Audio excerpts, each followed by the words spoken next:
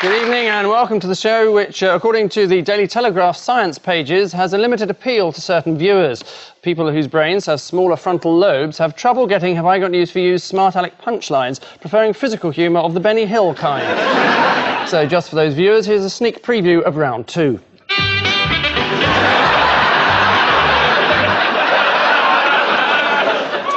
In the news this week, in London, an exhausted Robin Cook comes to the end of his streak for charity. The Queen Mother suspects that Prince Charles may have had something to do with the disappearance of her favourite ascot hat. And after a cockpit error over Salisbury, Flight Lieutenant Simpkins tries to retrieve his Sidewinder missile.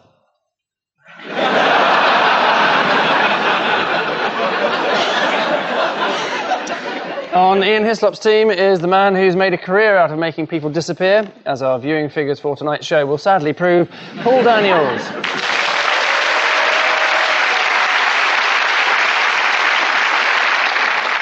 And with Paul Merton tonight is a spin doctor who spent years attempting to raise the profile of Labour Chancellor, whatever his name is, Charlie Whelan.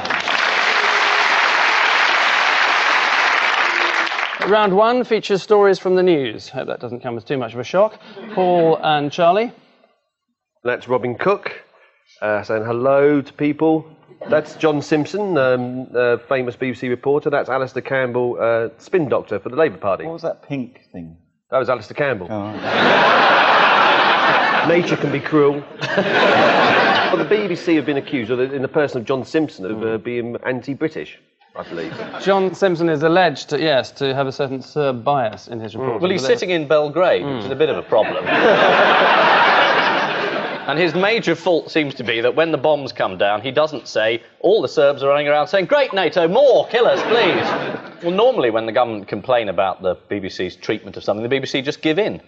I remember we had problems with some bloke called Mandelson. I mean, for example, last series, I couldn't have said Mandelson and worn a pink shirt. No.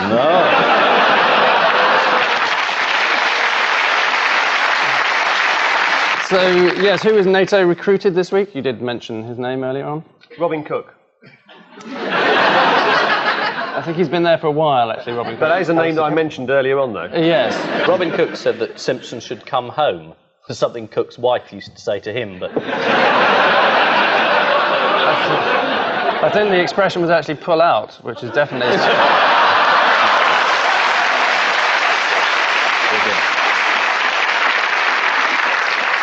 But NATO has actually recruited Alistair Campbell, of course. Is it? As what? A mascot? Target practice? I've just come back from Brussels last night, and the whole of the NATO headquarters is surrounded by the media, and all Milosevic has got to do is drop one, boom, and all the media's gone, which I tend to approve of, really.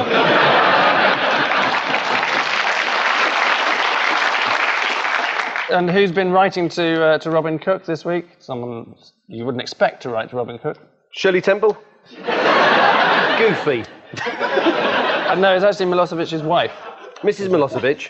Is that the real Mrs. Milosevic, or the one from the East End that keep getting pestered and complain to the press council? There really is a slobbered-down Milosevic living out the East End, isn't there? I can see a lot of reporters on The Sun would probably ring him up, thinking he'd moved here. Yeah. I think that would work well. In a bizarre open letter to Robin Cook this week, Milosevic's wife, Myra, said, "You do not have enough state affairs to attend to, and you lack family and personal obligations, so that you spend much of your ample free time caring about other people's private lives." To which Robin Cook responded, "I think I'm in there." OK, Paul, and your lovely assistant, Ian Hislop. What's all this about?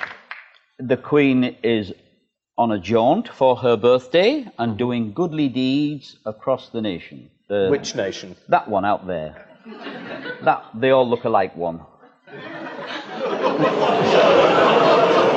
Suddenly I'm sitting next to the Duke of Edinburgh. Yeah, that Last time I saw a reaction like that was when you were playing the Sheriff of Nottingham in Tunbridge Wells. I was in the audience. Oh, no, you weren't. The Prince is slagging off my favourite thingy. He has been slagging something off. I didn't realise it was your favourite thingy. The internet. Porn on the internet, yes. Yes. No. I'll read that again. Are you a star or are you a subscriber? So what did Prince Philip do during the Queen's speech? He nodded off. It was at a particularly poignant moment in her speech, when she was saying that Korea will have the undivided attention of Britain. So what about the state banquet? Did you read what they had to eat for that? Yorkshire Terrier? It was actually ginseng with cucumber and mustard. Well, that ginseng can't work then, can it? Because he fell asleep. All those adverts, the way buy this ginseng, it'll be full of life and everything. And he ate it, zonked out. I mean, you don't know. You see, if he hadn't have had it, he might have died.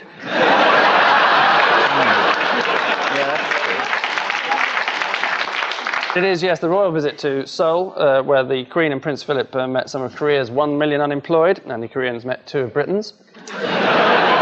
After landing in Seoul, the Queen and the Duke of Edinburgh left the airport in a top-of-the-range Daewoo, Prince Philip driving and Her Majesty in the sidecar.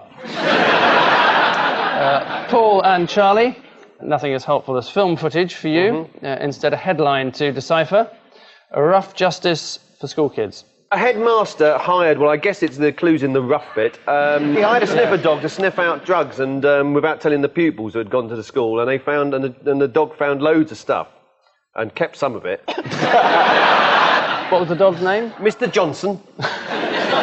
Its name was Scuba, in fact, and its normal job was... It's a diver. Airports. No, it works in nightclubs in the Macclesfield area. What, as a singer? I've worked with a few dogs in nightclubs. Usually strippers, anyway. Excellent.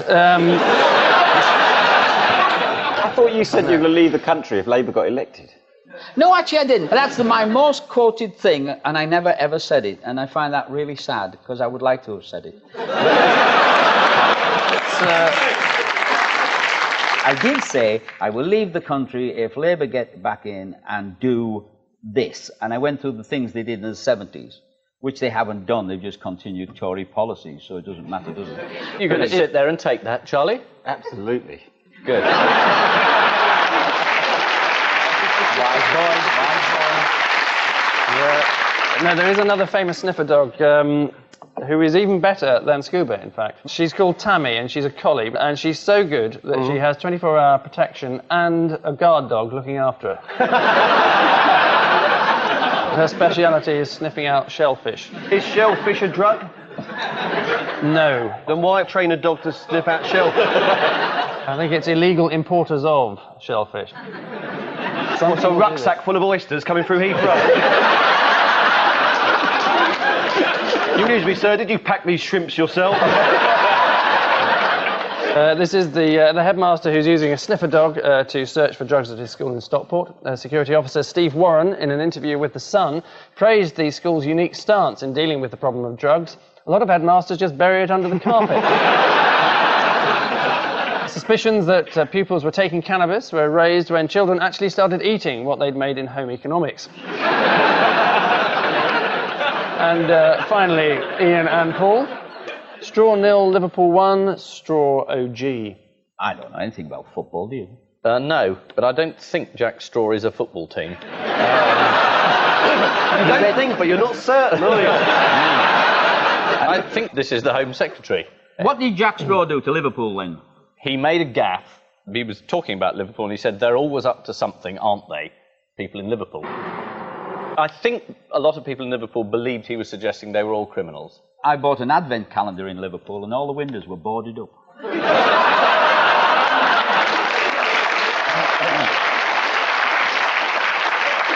You could actually add something after he'd said they're always up to something.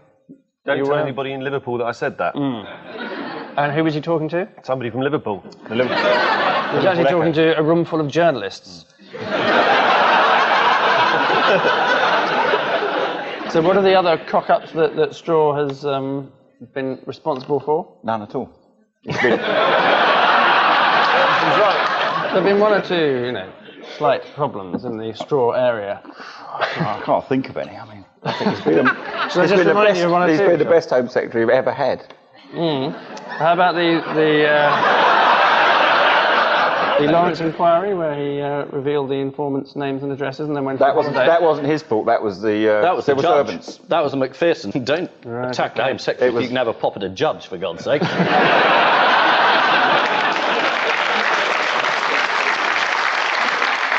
You're not going to get anything out of him. No, Put away the Paxman mask. It's not going to work. Yes, it is Jack Straw's off-the-cuff remarks about Scousers, which have offended Liverpudlians everywhere. Jack Straw was eager to defend his comments as harmless, saying, "I often find myself the butt of jokes because I'm an Essex man and a Blackburn supporter, and because you're a piss-poor Home Secretary, let's not forget."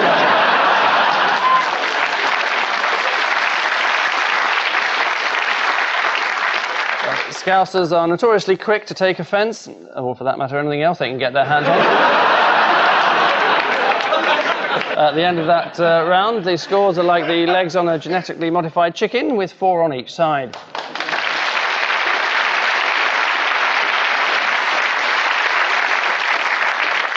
And now the most exciting and sensational round in the history of panel games. Yes, this week we look at the world of spin doctoring and misinformation. 2 stories of artful dodginess, Paul and Charlie. Who's spinning who here? William Hague, obviously. This will be at the kitchen table, philosophy. And that's Amanda Platel, who's become, I suppose, what the Tories spin doctor. The idea being that William Hague said something about people discuss issues of the day, politics around the kitchen table. And to remind the Tory party that we're going to have a kitchen table. So every time we see that kitchen table, we must remember that our policies must address people's concerns at home.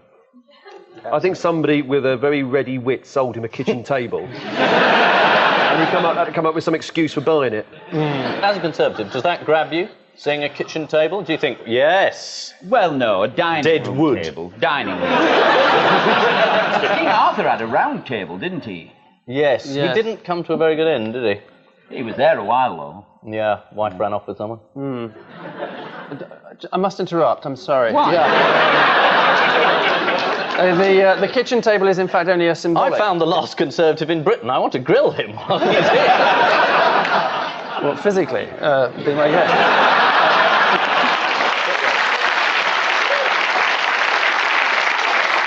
Amanda Patel was sacked by the Sunday Express for writing a story about Peter Mandelson. But I can't tell you what the story is, can I? Is this the BBC? Well, you can have a go. She was sacked. Anyway, she's now working for the Tories, so she can get her own back. It was the story about Peter Mandelson's friend Ronaldo, wasn't it? I don't know. Hague's also, I see, he's had an Ian Hislop haircut. Oh, really? Isn't that a contradiction in terms? Yes, how do you rate his new image? This is him a year ago. Yeah. And this is the new William Hague. He has got substantially older, hasn't he? In the last year, he now looks about 70. He's changed the hand movements. This was the Thunderbirds look. And now he's going for the bike ride. This is the 9th relaunch of the Conservatives since William Hague was appointed leader, as orchestrated by his spin doctor, Amanda Platel, who is new to the job. I don't know exactly what I'm supposed to do, but whatever it is, I'm going to have a bloody good go at it, William Hague told her.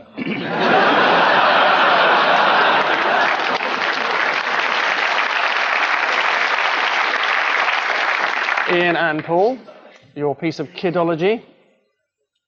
That's Charlie's old boss. This Brilliant photographs, brilliant pictures those are. I think actually that was Charlie's finest hour. Because Gordon Brown had just presented a budget with some stuff about children in it. And everyone thought, uh-oh, Gordon Brown, not married. No children, bit embarrassing. So they borrowed some. You can't get many points for that, you got it wrong, I'm afraid. Right, so Because that happened straight. that happened before the budget, and you said it happened after. So you did it beforehand, what, because you were trying to sell in some sort of cut-in child benefit, were you? No. Raising child benefit. Raising it? Oh, how heartwarming. And when was Gordon and Sarah McCrawley was the... Sarah, yeah. Yes, his fiancée? When was their first outing, as it were?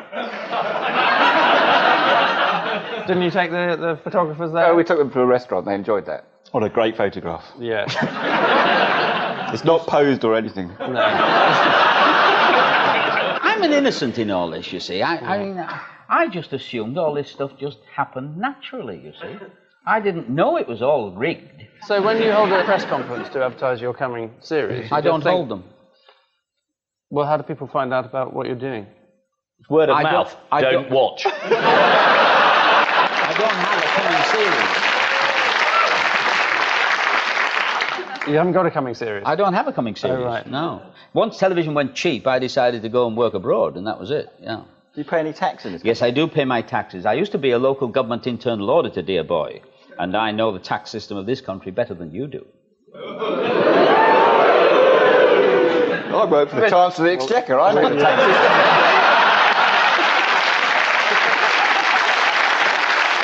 Yes, it's the cunning use of Gordon Brown and Sarah Macaulay at a 3-year-old's birthday party. The highlight of the party was the arrival of the children's entertainer, although it did lead to an embarrassing moment when Gordon Brown shouted out, "Who wants to see Mr. Banana Man?" and Sarah Macaulay replied, "I've told you not until we're married." Which public exposure brings us spinning to the end of our second round, with both teams seeming reluctant to assume anything resembling a lead, wedded as they are to 6. Ooh, lovely.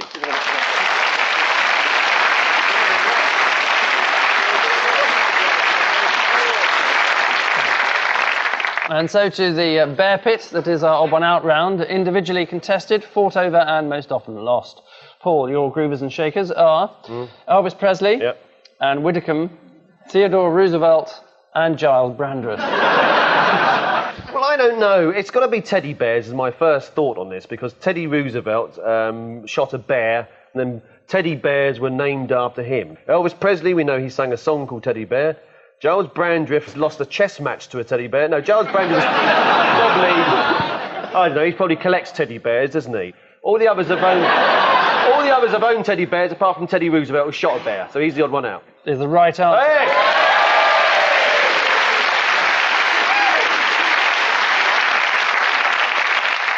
Teddy collector Elvis Presley had a particularly eccentric lifestyle. According to The Guardian, of all Elvis's fabled eating exploits, perhaps the most impressive is the 4 bowls of shredded wheat at one sitting. No wonder he died on the toilet. Charlie, Peter Cook, Tony Blair, a grey seal, and a Bay City roller. That's a rock band there, isn't it? That's Eric Faulkner, isn't it, from the Bay City Rollers? No, so he plays in a rock band. Yes, it is Eric Faulkner. How do you know that? Well, my sister was a very keen Bay City Rollers fan, and so I learnt all their names. There's Woody, there's Eric, there's Les. And who were the other two? Oh, I don't know, the drummer, Alan? Was there an Alan in there? Alan, yes. Well, this is sad. I don't think I can remember the name of the other one. Stuart. Correct, you couldn't remember.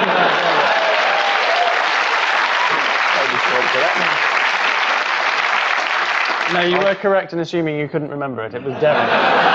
Derek. Has it got anything to do with Scotland? It's something that Peter Cook did to David Frost in the 60s. Oh, he saved him from drowning.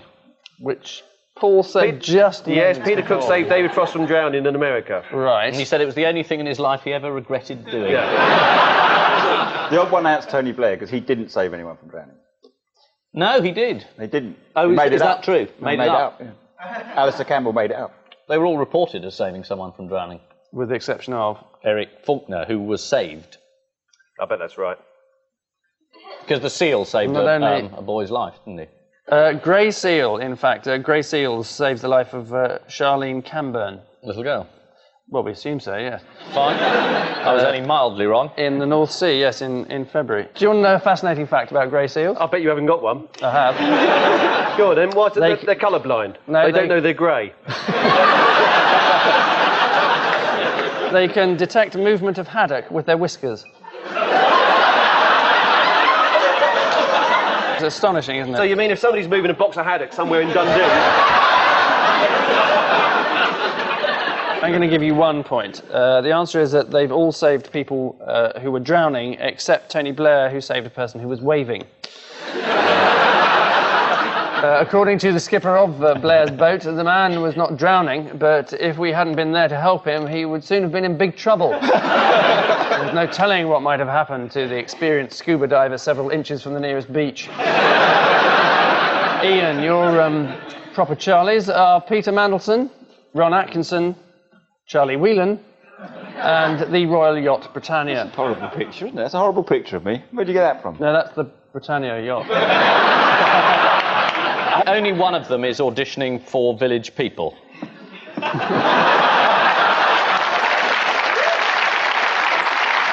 They've all been dropped by New Labour. Well, it has more to do with one of our guests. It's alleged Yeah. that I got Big Ron sacked because he was the manager of Coventry, and my very close friend Geoffrey Robinson was the owner of Coventry. So it's alleged I got him sacked. It's alleged that I sunk the Royal Yacht because I gave a story to some newspaper and said we'd spoke to the Queen. We hadn't spoken to the Queen, actually. And we were getting rid of the Royal Yacht. And it's alleged that I did something to Peter Mandelson. So you're still denying that you were responsible for getting rid of Mandelson? Absolutely. It's just coincidence, then, that he went and then you had to go? I didn't have to go. I just felt like I wanted to do another job, like appear on Have I Got News For You and things like that. That thought just came to you in the middle of the night, did it? When they said you're sacked? So are you saying that you are alleged to be responsible for the removal of these three from the That's various correct, jobs? yeah. And so that makes you the odd one out? Exactly. Well, you're going to get 1 point because you're only partially right. Ah. That's spin for you.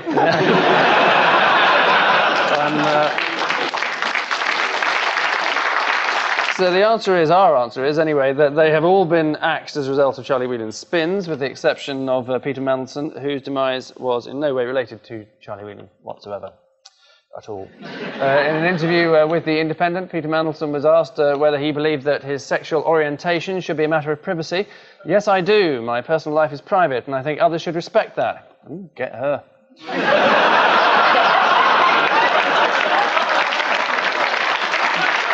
And finally, in this round, Paul, Chief Longwolf, Tammy Wynette, Tsar Nicholas II, and yourself.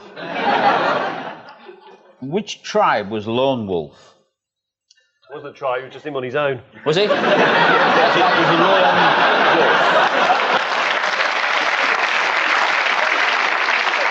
Wolf. This is about people being dug up after they're dead. Sammy Wynette's been dug up.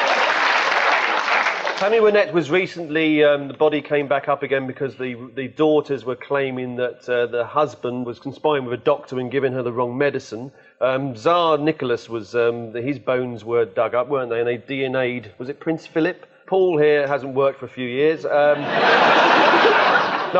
think Paul must be the odd one out, clearly. Because he's the only one that hasn't been exhumed. Astonishingly, it is the right answer. Yeah.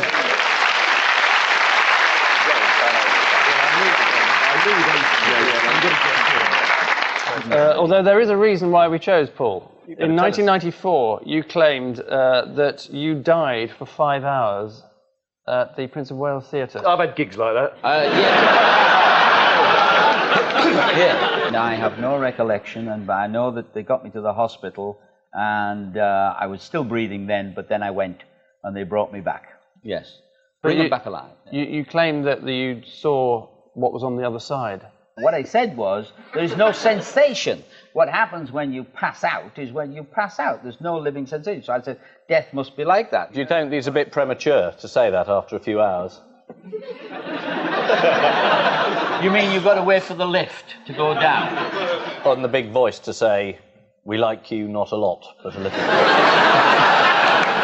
Fellow with long hair. Possibly long hair. But Or the boat turns up very slowly, ferryman. Oh, how very classical education. Classically educated.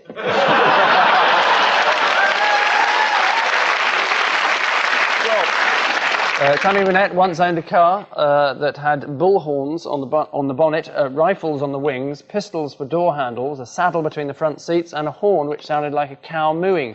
One of the less successful limited editions of the Nissan Micra. which doom and gloom draws a shroud over the cadaver of this particular round, with the grim news that Ian and Paul look to be dead and buried. Behind as they are, 12-6.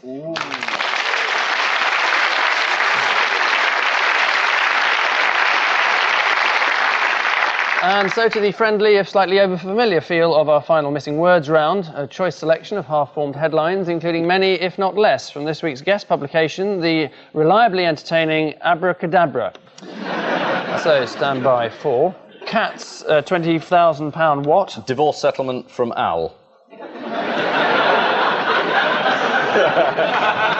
Bet on the National. It's as ridiculous. Fax blunder is, in fact, the answer. This is an office cat which cost its company £20,000 by accidentally faxing top-secret documents. It was asleep on the fax, and its paw hit the start button, and all the... Wasn't asleep, it was photocoppying its bottom for the amusement of the other cats. Next, what will amaze your friends? Paul Daniels, available for bar mitzvahs, children's parties. The amazing disappearing pencil. Vanishing correct. something? Vanishing... Vanishing mirror of doom. The Paul Daniels horror mask. No. Talking egg cup. Whistling pigeon. Chatty cushion. Super pocket guillotine is the answer. Next, British what are pear-shaped? Pears. Lovely ladies. Ballet dancers. Ballerinas, in fact. This is according to Derek Dean, Artistic Director of the English National Ballet, who says British girls are too bummy and titty. It's all a bit highbrow, this ballet world. And finally, what to make sitcoms funny? Angus Dayton sacked. John Burt promises. Director General promises. Virtually, yeah. Burt orders BBC to make sitcoms funny. Which, unsightly squabbling, means that at the end of tonight's bout, this week's prize idiots are Ian and Paul with 12, while this week's prize fighters are Paul and Charlie with 14. Well done.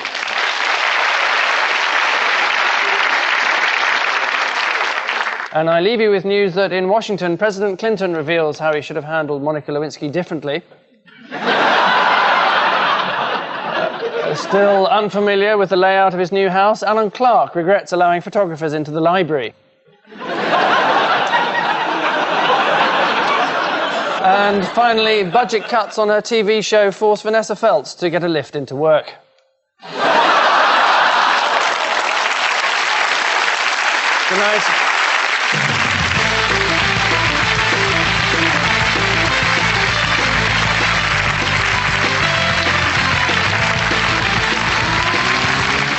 With sessions from Catatonia, Cooler Shaker and many more, Jules Holland will be here on BBC Two at 11:20.